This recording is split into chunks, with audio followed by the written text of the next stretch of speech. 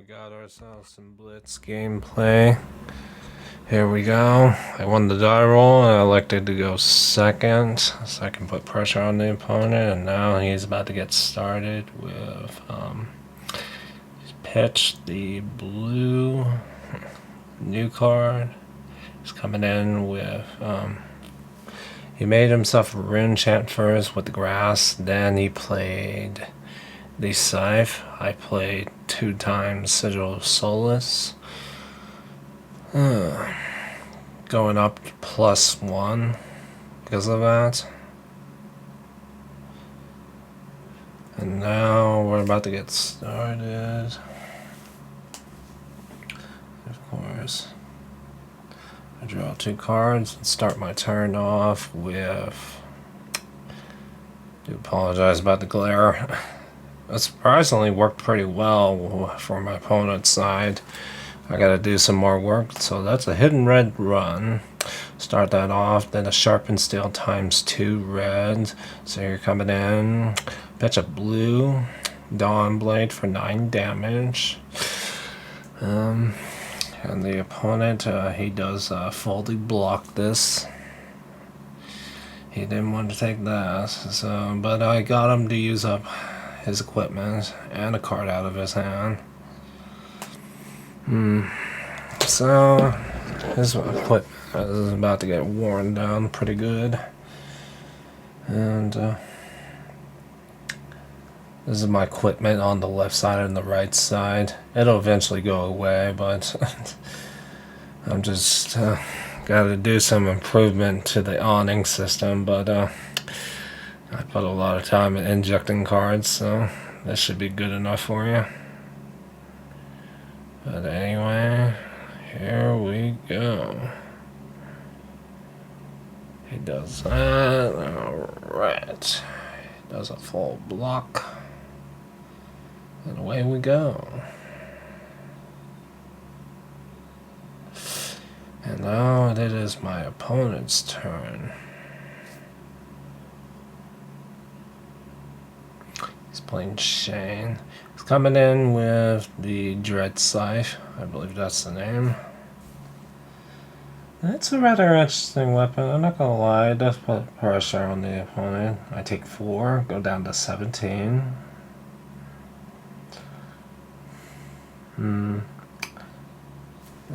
He didn't put too much pressure onto me that turn, so let's see what we can do in here.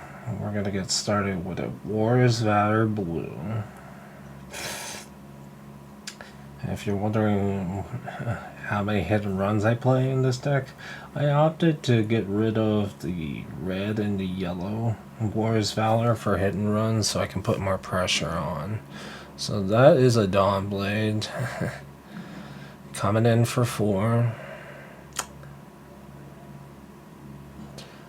He doesn't know what's in my hand. 2 cards in hand and 1 resource floating.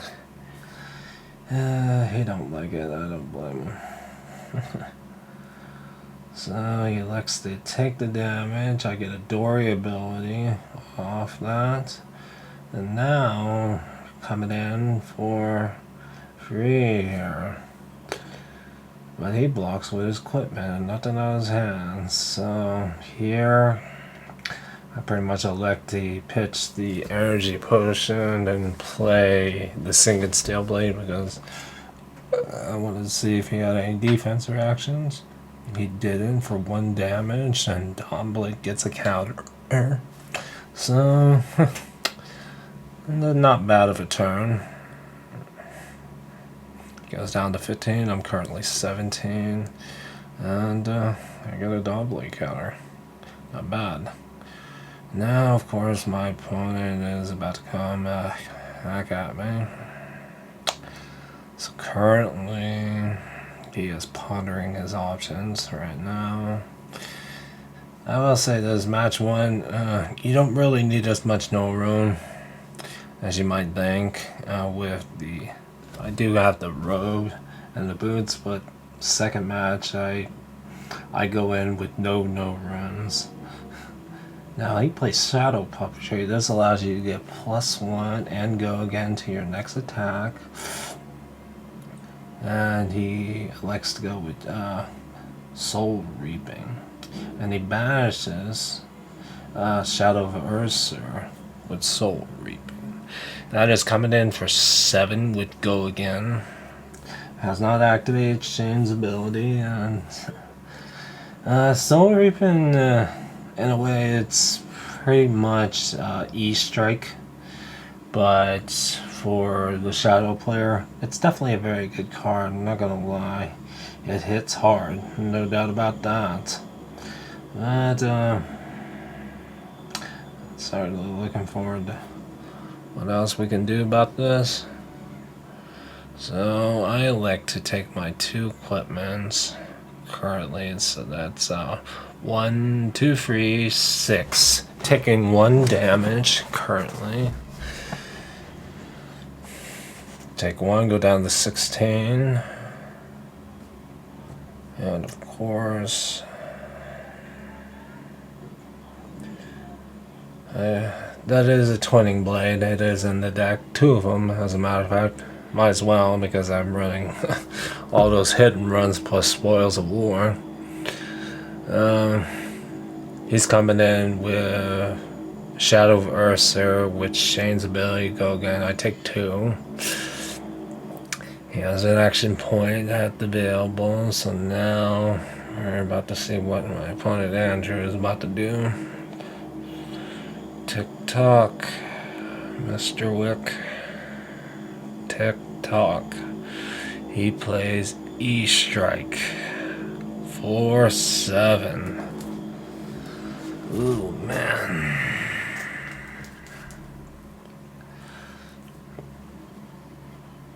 That is an aggressive hand. I take 7. Go down to 7. And now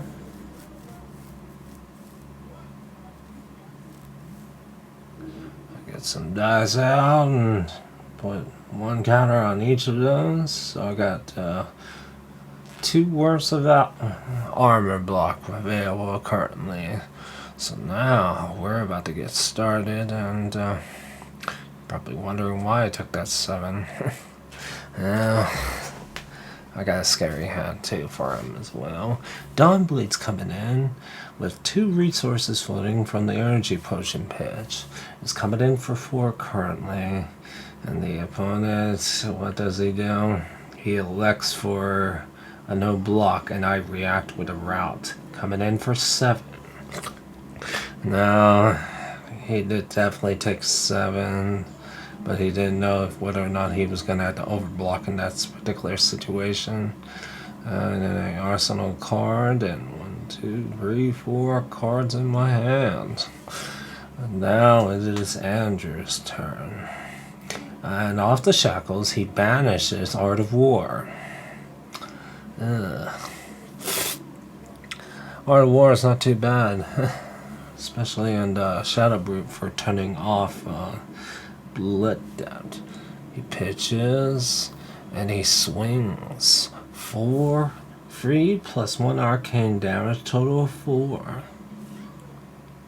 He activated Shane's ability.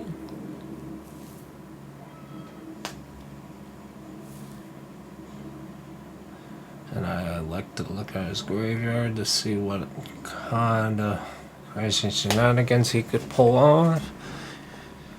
He's got 1 more E-strike in the deck, no doubt about that. So there's definitely also plenty of other stuff Mr. good old Andrew could do right here, I'm not gonna lie. This is a rather interesting matchup. I take 4.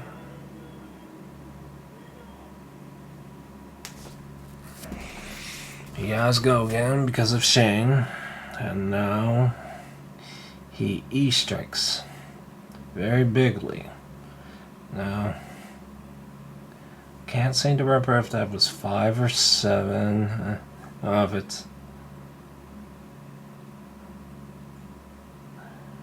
Blocking exactly 5, I remember. This was for exactly.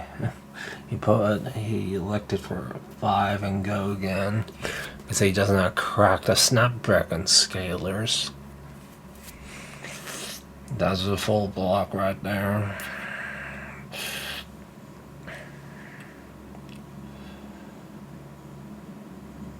And he passes his turn. And I have no more armor value, for sure. And now, it's about to go down. Let's see, what am I about to do?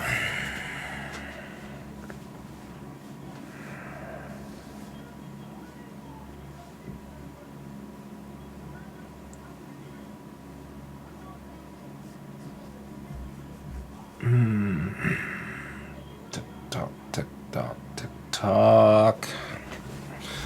Tick tock. But not only that, it's about to go down. I am really pondering my options right here.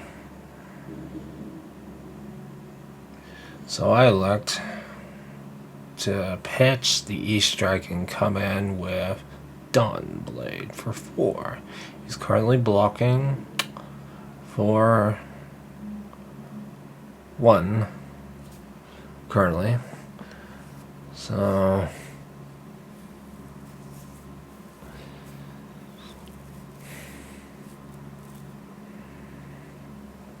rather interesting, and I play a route right here in this particular situation.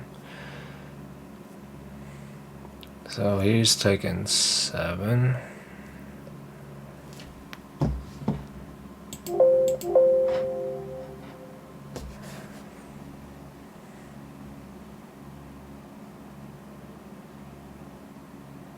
I actually take 6 because he blocked with 1. Alright.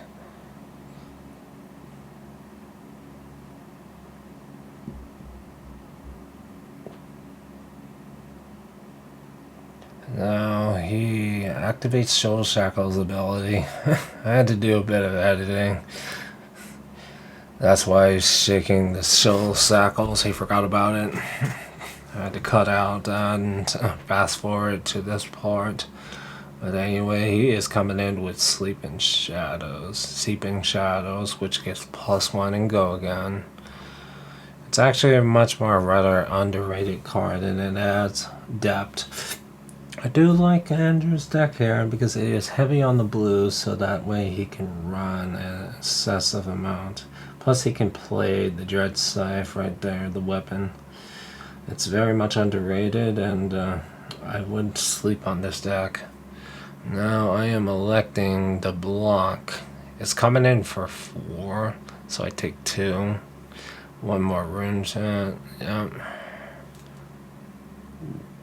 Alright, go down to 1. Things are about to get very grim in the near realm future, I tell you what.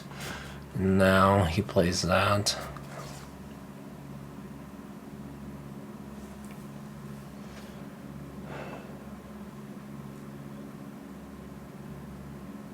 Goes from Arcanic Crackle to fairly certain. He's Snapdragon Scalers.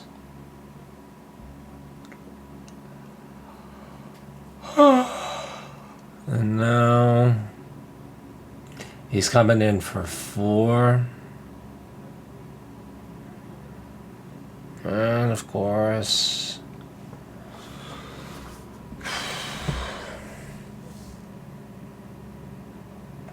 I block for 6, I have no choice, and he cracks the armor and comes in and he wins the match. And that is it.